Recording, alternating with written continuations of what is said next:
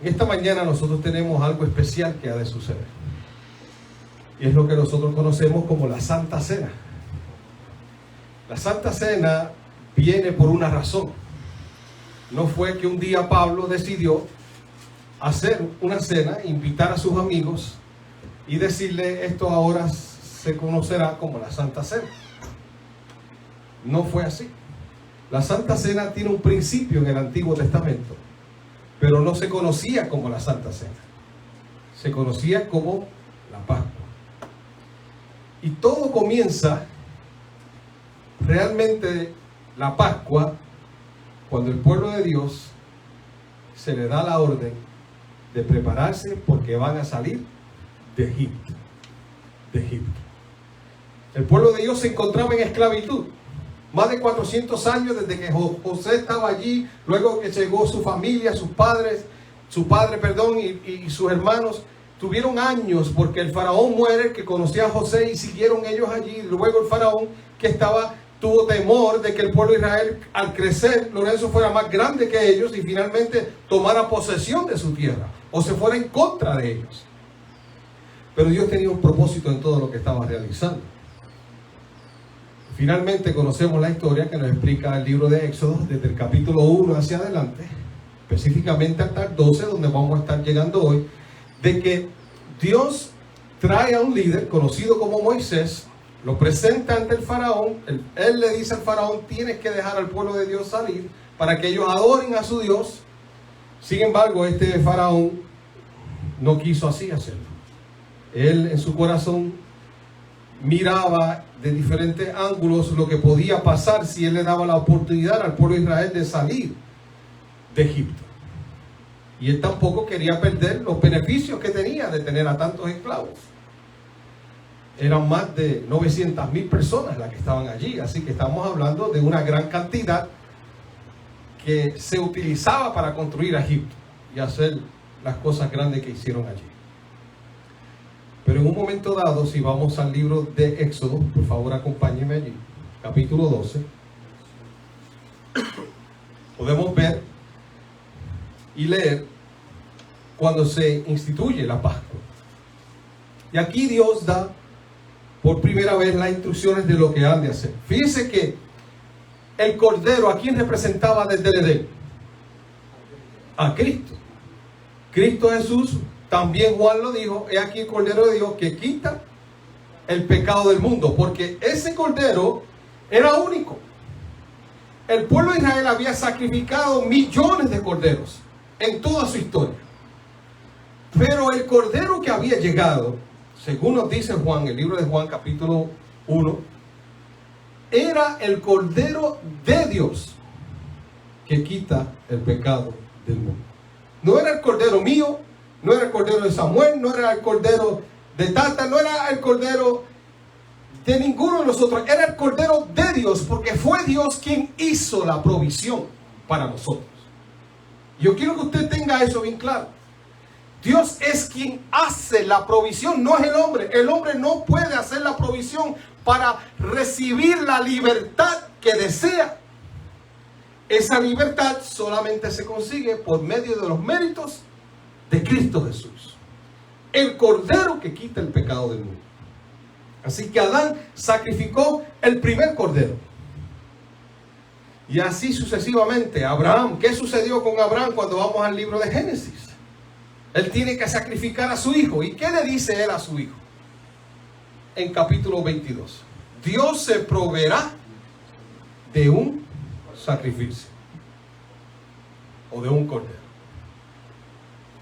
Todo esto apuntando, señalando que un cordero iba a llegar. Porque el cordero que ellos sacrificaban no era el cordero que permanentemente quitaría el pecado de ellos. Porque cada cierto tiempo tenían que ofrecer el sacrificio. Pero cuando llega el Cordero de Dios, que quita el pecado del mundo, del que vamos a estar hablando en esta hora, entonces el pecado, sí, es borrado. ¿Y puede ser borrado permanentemente? Claro que sí. Porque allí en el registro celestial se escribe: perdonado por la sangre de Cristo Jesús. Ahora miren lo que dice Éxodo capítulo 12. Y habló Jehová a Moisés y a Aarón en la tierra de Egipto y les dijo, disculpen, este mes será para vosotros el principal entre los meses, o será el primero de los meses del año. Hablar a toda la congregación. ¿A quién tenían que hablar? Algunos nada más. A todos. Porque ¿quién quería libertar Dios? A unos pocos. A todos. Y dice allí, y decid, el día 10 de este mes tomará cada uno un cordero según la familia de los padres. Un cordero por familia. Pero si la familia es demasiado pequeña, que no baste para comer el cordero, entonces él y el vecino más cercano a su casa tomarán uno según el número de las personas. Conforme al comer de cada hombre, os repartiréis el cordero. Así que había unas instrucciones específicas. No era cuestión de tomar el cordero, sacrificarlo y ya se resolvía el problema. Había unas instrucciones específicas y Dios se las está presentando a Moisés y al pueblo a través de él. Ahora el versículo 5, ¿qué dice allí? El animal será como sin defecto, macho de 1 año. Lo tomaréis de las ovejas o de las cabras. Lo guardaréis hasta el día 14 de este mes y lo inmolará toda la congregación del pueblo de Israel entre las 2 tardes. Tomarán de la sangre y la pondrán en los 2 postes y en el dintel de las casas en que la han de comer. Esa noche comerán la carne asada al fuego y panes sin levadura. Con hierbas amargas lo comerán. Así que lo que Dios le estaba presentando tenía una razón. ¿Cuál era la razón? Ese evento del cual iba a participar el pueblo de Israel, para siempre, si usted sigue leyendo, les recordaría la libertad que iban a recibir de Egipto, de parte de Dios. Las generaciones futuras recordarían, aún en el tiempo de Cristo Jesús, cuando celebraban la Pascua, recordaban lo que había sucedido cuando Dios trajo la libertad que tanto ellos necesitaban. Pero esa historia tiene doble aplicación. No solamente es para el pueblo de Israel, sino también en el tiempo nuestro, el cual Cristo hace posible. Es para la libertad nuestra, la libertad del pecado, la libertad de la muerte eterna. Porque la paga del pecado, ¿qué es? Muerte. Pero gracias que también el versículo añade, dice, mas la dádiva de Dios es vida eterna en Cristo Jesús. Así que por primera vez los hijos de Israel iban a comer una cena pascual, si le podemos decir así, al salir de la esclavitud de Egipto. De hecho, si usted lee más adelante el versículo, dice que ellos tenían que comer listos para salir. Y de hecho no salieron al otro día, tarde en la mañana o temprano en la mañana. Ellos salieron en la madrugada, salieron. Porque comer, y después que sucede lo que sucedió en la plaga, que donde el ángel de la muerte iba a pasar y quitar la vida del primogénito de toda la casa, que no tuviera la sangre en el dintel de la puerta, como las instrucciones que había dado Moisés. Y Dios a través de Moisés, moriría ese primogénito.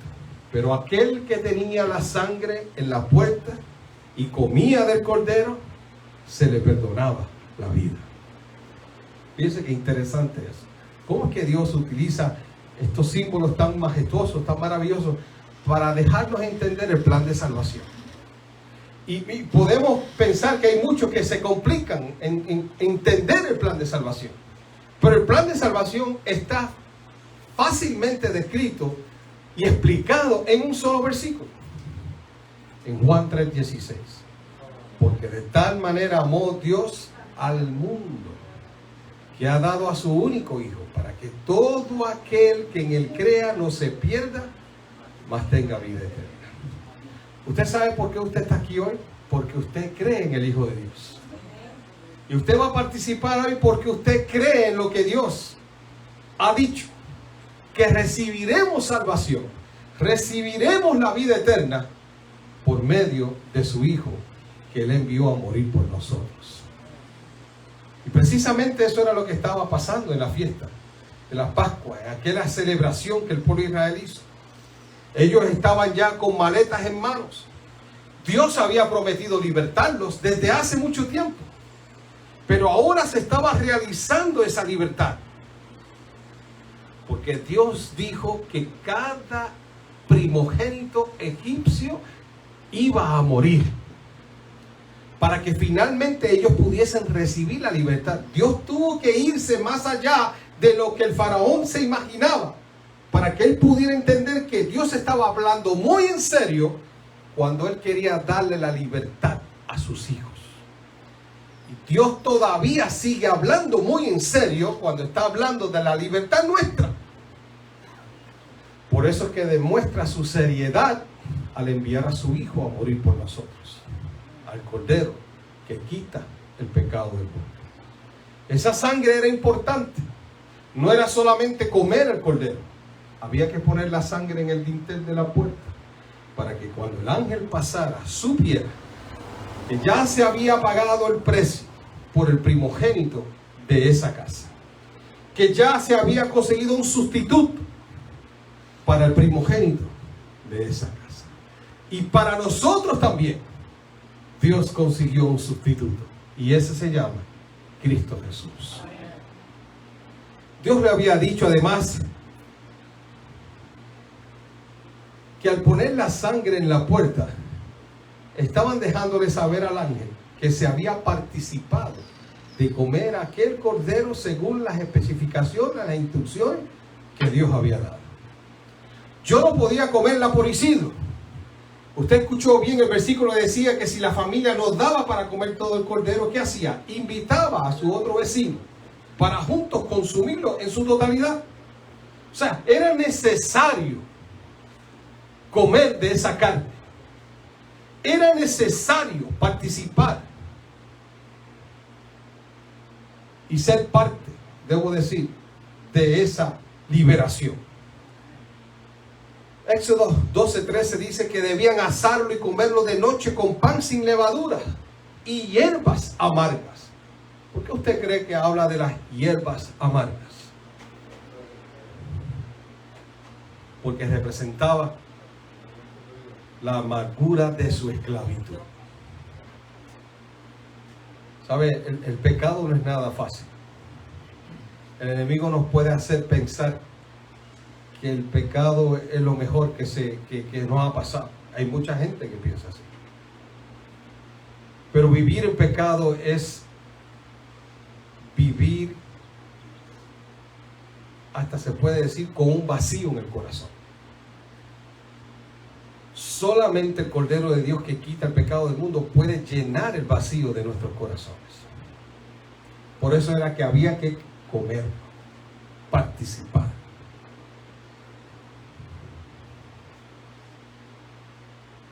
Y la esclavitud es algo terrible, porque en la esclavitud no se nos trata bien, o se nos trata bien.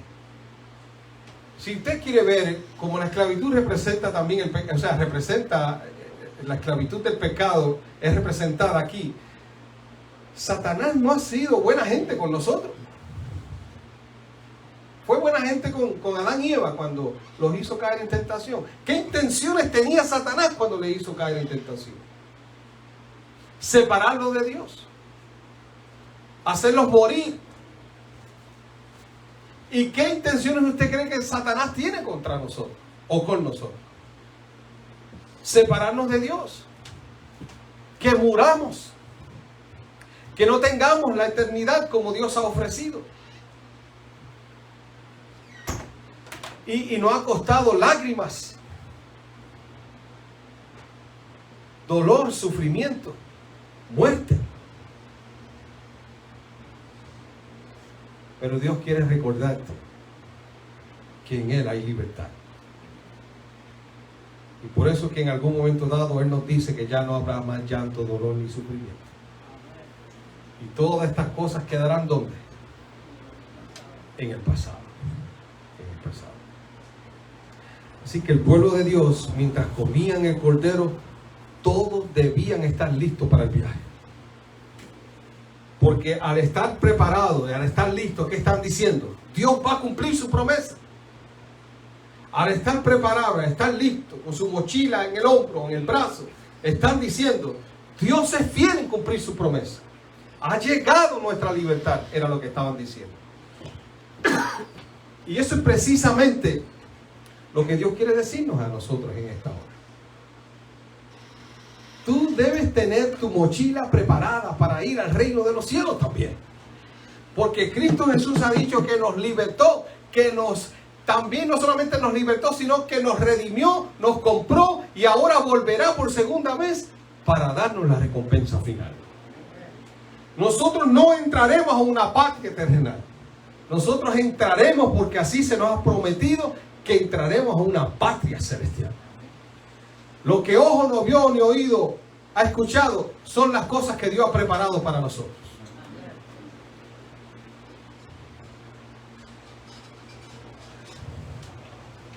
¿Cuál era la razón entonces de todo esto? Cada año, en la misma noche en que salieron de Egipto, el pueblo de Israel, todos los israelitas celebraban la Pascua en Jerusalén. Ya eso se había convertido en algo que tenían que hacer cada año. Por eso nosotros también celebramos cada 3 meses y todos los años la participación de estos emblemas, que es el jugo y el pan. El jugo representando la sangre de Cristo Jesús y el pan representando su cuerpo. Sin levadura, ¿por qué? Porque Cristo no tuvo pecado. ¿Y qué hace la levadura? Altera el trigo, ¿verdad? Para que el pan pueda crecer. Pero Cristo Jesús no tenía ningún pecado en él. Así que cuando comemos de este emblema, estamos diciendo que reconocemos que Jesús vivió una vida sin pecados. Así que la costumbre para ellos era asar el cordero, y no solamente asarlo, sino comer con pan y hierbas amargas. No sé si usted ha pensado y ha hecho una pausa en pensar en lo que hicieron los padres, los jefes de familia, cuando iban a comer de estos emblemas, o en este caso del cordero, en la Pascua. Esa primera vez, ¿usted cree que simplemente ellos dijeron, ok, hoy vamos a comer un cordero asado? Tenemos que comernos todo, porque hoy viene una 10ª plaga y va a morir el primogénito. Así que cómanlo todo. Le decía especialmente al muchacho, algunos quizás le daban una porción más grande al primogénito para asegurar, ¿verdad?, que él comiera y que no le pasara nada. Pero ellos también tuvieron que meditar en sus vidas. Tenían que pensar y meditar cómo estaba su vida con Dios. No era cuestión de simplemente comer el cordero. No era simplemente poner la sangre en el dintel de la puerta. Era mirar sus vidas. ¿Cuál era su relación con Dios? Es lo mismo que Dios quiere hacer con nosotros hoy. ¿Cuál es tu relación conmigo?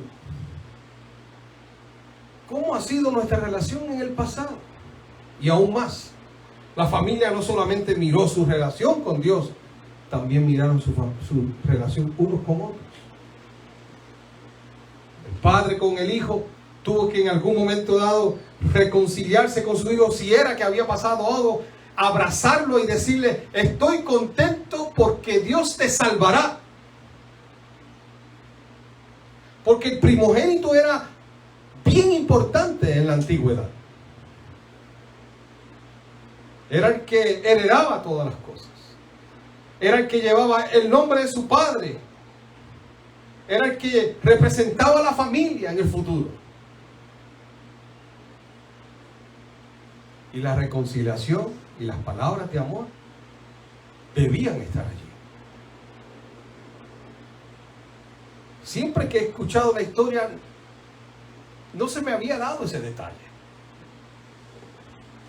Pero entiendo que ese detalle era tan importante como el que vamos a hacer hoy. Porque necesitamos entender que Dios quiere un corazón tal y como está, pero Él quiere el corazón para limpiarlo, purificarlo. Él quiere el corazón para que sea apto para recibirlo en ese momento. Él lo quiere hacer así. Y entre esas cosas que Él quiere hacer está todo lo que tiene que ver con amar a mi prójimo como a mí mismo. Así que el pueblo no solamente preparó el alimento, sino que también preparó su corazón. Y el estar preparando su corazón les hacía pensar que iban a salir de la esclavitud y no les importaba en ese momento cuánto tenían que caminar para llegar a la tierra prometida. ¿Usted cree que ellos pensaron en eso cuando iban a salir de Egipto? Tenemos que caminar en el desierto tanto tiempo. Ellos no pensaron en eso. Ellos pensaron en la promesa. Ellos pensaron en que serían libres. Ellos pensaron en que el Dios que había hecho caer las plagas sobre Egipto iba a ir con ellos.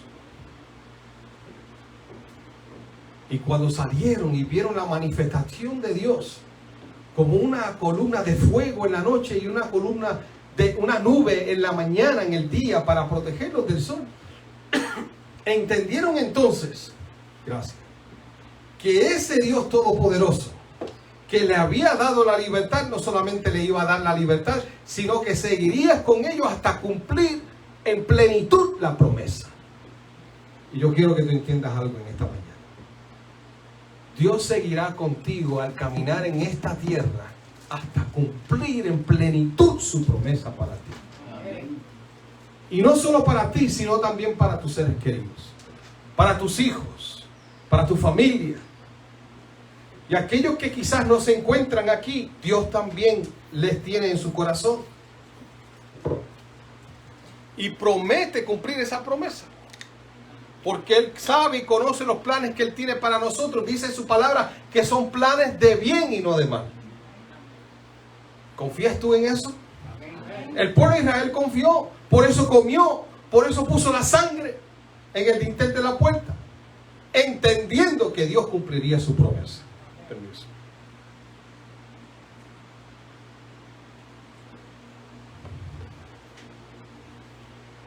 Así que el pueblo de Israel cada año, de generación en generación, ¿qué hicieron? Recordar la libertad. Hermano, hoy nosotros recordamos la libertad. Escuché un solo amén. Hoy nosotros recordamos la libertad. Amén. Es una fiesta que estamos haciendo hoy. Es un evento glorioso. No es que me regalaron un auto, no es que me dieron la bicicleta que tanto esperaba, no es que ya puedo vivir en mi casa, es que Dios me dio la libertad del pecado garantizada por medio de su Hijo, Cristo Jesús. Amén. Y por ende recibir la vida eterna. Todo esto apuntaba a Cristo Jesús. Así que Jesús finalmente llega, está compartiendo con sus discípulos y ya da las instrucciones a sus discípulos de ir en búsqueda de un lugar para poder celebrar la Pascua. Pero ese día cambiaría todo. Cristo iba a hacer la transición poderosa, que lo dice el libro El Deseado de todas las gentes. Y quiero compartir esa cita contigo, buscándola aquí rápidamente. Donde nos deja saber que Cristo era el que iba a cambiar, no simplemente a una Pascua, sino a una transición. Escuche bien la cita como dice, en la página 608, párrafo 2. Cristo se hallaba en el punto de transición entre dos sistemas. ¿Cuántos sistemas? Dos. Y sus dos grandes fiestas respectivas. Él el Cordero Inmaculado de Dios estaba por presentarse como ofrenda por el pecado. Y así acabaría con el sistema de figuras y ceremonias que durante 4000 años había anunciado su muerte. ¿Cuáles eran las dos cosas? Número uno, era que se hacía un sacrificio desde el tiempo de Adán hasta el tiempo de Jesucristo para el perdón de los pecados. ¿Y el otro sistema cuál era? La fiesta de la Pascua, donde se celebraba para recordar la libertad del pueblo de Israel de Egipto. Y ahora dice la cita: mientras comía la Pascua con sus discípulos, instituyó en su lugar el rito que había de conmemorar, su gran sacrificio. ¿Qué conmemora estos emblemas que vamos a estar consumiendo hoy? El gran sacrificio. Porque no fue simplemente un sacrificio, fue un gran sacrificio.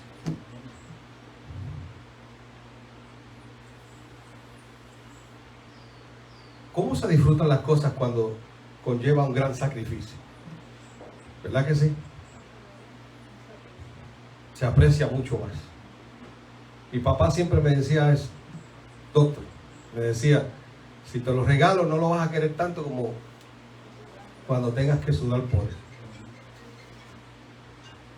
Y mi primer carrito me lo dio, pero fue porque él dio el primer pago y después a quién le tocó a mí seguir pagando. Y lo cuidé casi hasta lo último. Pero Cristo Jesús hizo el sacrificio de los sacrificios. Y Él necesita que tú entiendas eso hoy. Tu vida costó un gran sacrificio. No fue un sacrificio de un cordero, un animalito. Fue del Hijo de Dios. Y dejó todo para darnos todo. Hizo todo eso posible porque nos ama. El servicio que Cristo establecía había de ser observado por sus discípulos en todos los países y a través de todos los siglos. Pareciera que para la tierra nueva también tendremos que recordar este evento en la gran mesa. Porque el sacrificio de Cristo Jesús fue de una vez, ¿y para cuándo? Para siempre. Para siempre. La Pascua fue ordenada como conmemoración del libramiento de Israel de la servidumbre egipcia. Dios había indicado que año tras año, cuando los hijos preguntasen el significado de este rito, se les repitiese la historia. ¿Cuál era la historia? Que Dios los había librado de Egipto. Así había de mantenerse fresca en la memoria de toda aquella maravillosa liberación. Porque qué maravillosa liberación fue.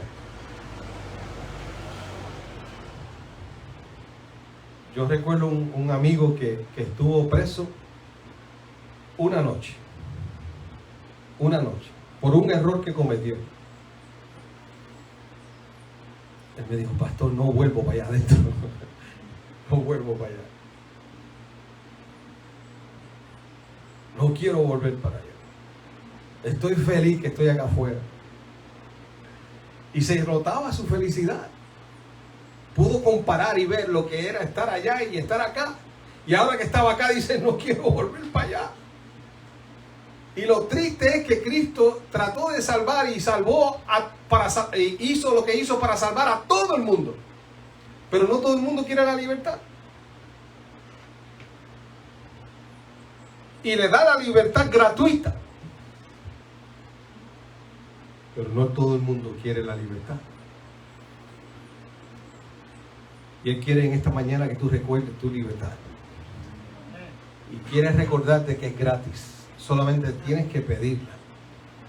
Y se te ofrece.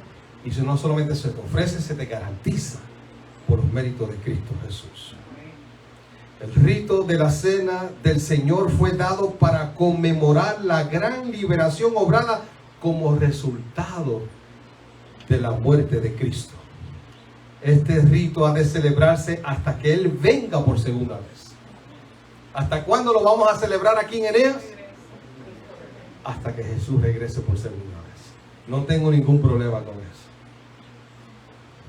porque me encanta recordar la libertad que Cristo Jesús me da. Y finalmente, este rito se celebrará hasta que Él venga por segunda vez con poder y gloria. Porque cuando estuvo en la cruz, su poder y su gloria estaban veladas. Pero Efraín ya no será así cuando Él regrese. Dice su palabra, y Él lo dijo, que vendrá con gran poder y gloria. ¿Y con cuántos ángeles? Con todos sus ángeles. Millares de millares. Qué gran evento, hermano. Para celebrar tu libertad. Para venir a buscarnos a nosotros. El pueblo de Israel ha caminado y caminó en el desierto, y nosotros también hemos caminado, pero el recibimiento que nosotros vamos a tener cuando entremos a la patria celestial será mucho más grande que el que ellos tuvieron. Porque el mismo Jesús pondrá la corona sobre nuestras cabezas. Es el medio por el cual ha de mantenerse fresco en nuestra mente el recuerdo de su gran obra en favor nuestro. ¿Qué estamos recordando hoy entonces, amigo querido? ¿Qué estamos recordando hoy? La victoria de Cristo Jesús y nuestra libertad.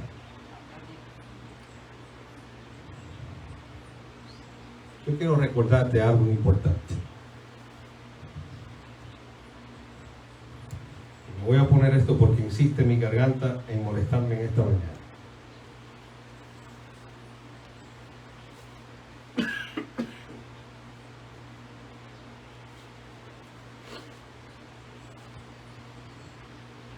Jesús no pensaba en su propio dolor, porque el sacrificio que Él hizo le causó poco dolor o mucho dolor. Mucho dolor. Pero no pensó en eso.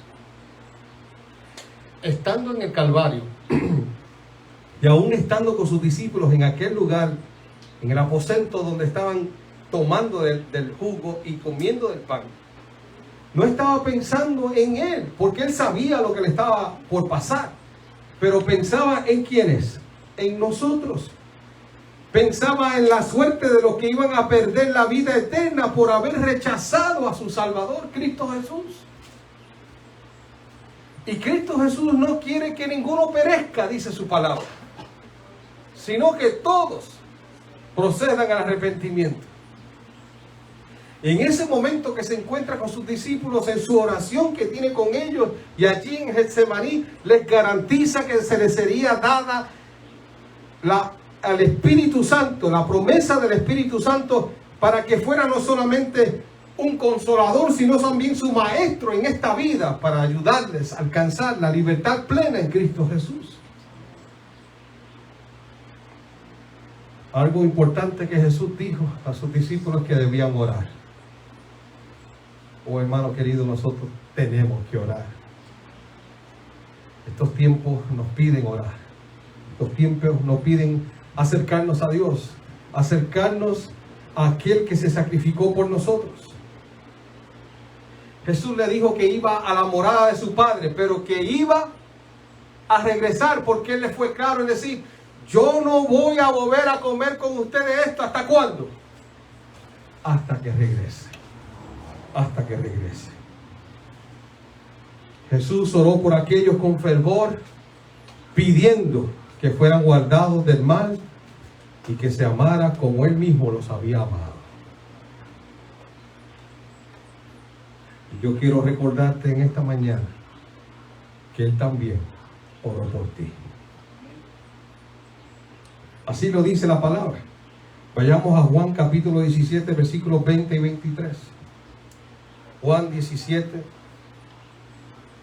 versículos 20 al 23. En ese capítulo conocido como la oración de nuestro Maestro, dice allí el versículo 20: pero no ruego solamente por estos, sino también por los que han de creer en mí por la palabra de ellos, para que todos sean uno como tú, Padre, en mí y yo en ti, que también ellos sean unos en nosotros, para que el mundo crea que tú me enviaste. ¿Por quién oraba Jesús también? Por nosotros. Hace 2000 años atrás Jesús elevó una oración por mí y por ti. Antes de llegar al Calvario, te tenía en su corazón. Y yo quiero darte la grata noticia que hoy todavía te lleva en su corazón. Y por eso no se rendirá en buscarte y darte la participación de la vida eterna, porque para eso Él vino. Miren lo que dice Juan capítulo 6, en el mismo libro que acabamos de leer. Juan capítulo 6, versículos 39.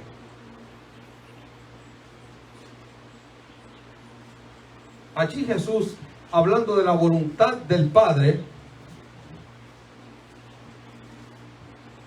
versículo 37 dice: todo lo que el Padre me da vendrá a mí, y al que a mí viene no lo echo fuera. ¿Te rechazará Cristo Jesús? Nunca. Su amor no le permite rechazarte. Dice aún más: he descendido del cielo no para hacer mi voluntad, sino la voluntad del que me envió. Y ahora dice el versículo 39: y la voluntad del Padre que me envió es que no pierda yo nada de todo lo que Él me da, sino que lo resucite en el día final. ¿Cuántos quiere perder Cristo Jesús? A ninguno. Por ende, la salvación está extendida ¿para cuántos? Para todos.